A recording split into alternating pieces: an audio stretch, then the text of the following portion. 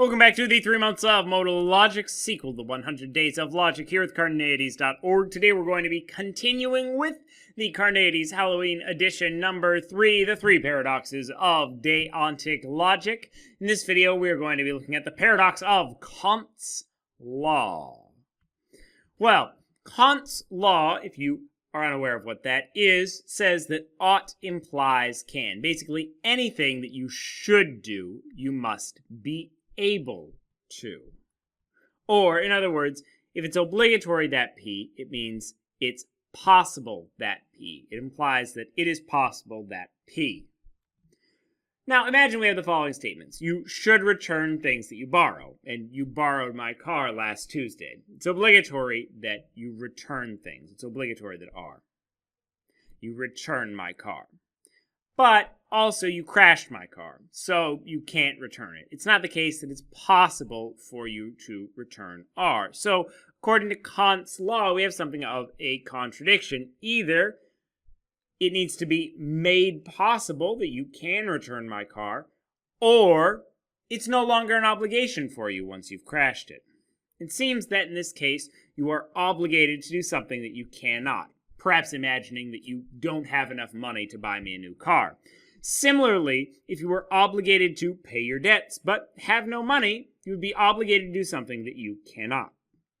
We would not say that this inability absolves you of your obligation, but it does seem to break Kant's law. It gives you an obligation that you cannot fulfill, and this seems to be a not uncommon situation that people often get themselves into situations where they have obligations that they are unable to fulfill.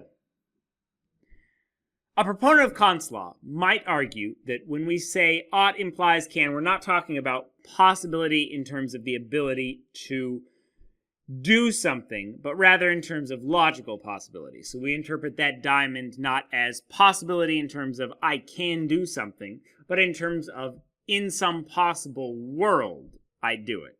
Since there is some possible world in which I return the car, then I can have that obligation.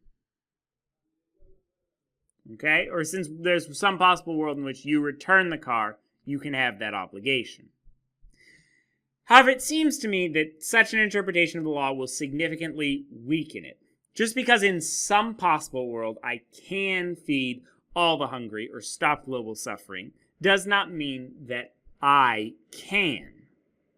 Even though perhaps if I have the ability to in that world, I ought to, it doesn't mean that I, in this world where I don't have those abilities, can.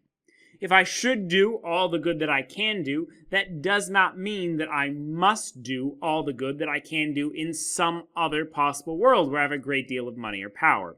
It seems that if we consider possibility as logical possibility, Kant's law is going to become so weak as to no longer really serve its original purpose of saying that we can't obligate people to do things that they can't do, perhaps because they're not in the best of all possible worlds for them doing good. All right? But even though that approach fails, I think there might be another way to get out of the paradox. So let's look at temporal logic. Perhaps then temporal logic can rescue us. We might say that having a particular obligation means that at some point in the future, I'll be able to fulfill my obligation. It's obligatory that P implies that at some point in the future, P. Or at some point in the future, I'll be able to P. However, I'm not sure this is enough yet. It seems that it might be the case that I never make enough money to buy you a new car or repay my debts in the actual future. It seems that my unwillingness or inability to make enough money to repay the debts does not mean that I'm not still obligated to do it. So I don't know if this has quite enough there yet. But I think if we take one more step with temporal logic, we might be able to get there. So think about our temporal branching logic. Instead, let's say there exists some possible future timeline, not some possible world where I suddenly have all sorts of money. There's some point in some possible future where I can pay you back.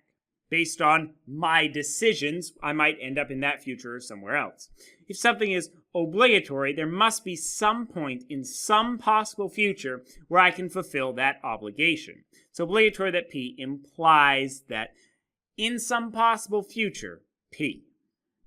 Check out the video on Occam's branching time for more information about this notation. Now, you might be not convinced by this. You might think that it has the original problem, that it's going to make Kant's law too weak, but it seems that at the very least, this is a better answer to the paradox than the original answer we saw with kind of alethic modal logic and alethic possibility. There are a great deal more paradoxes that plague Deontic logic. These are the 3 we're handling in this series, but stay tuned here to Carneades.org, and in the future, I would love to do more. Stay tuned to discover more, watch this video and more here at Carneades.org, and stay skeptical, everybody.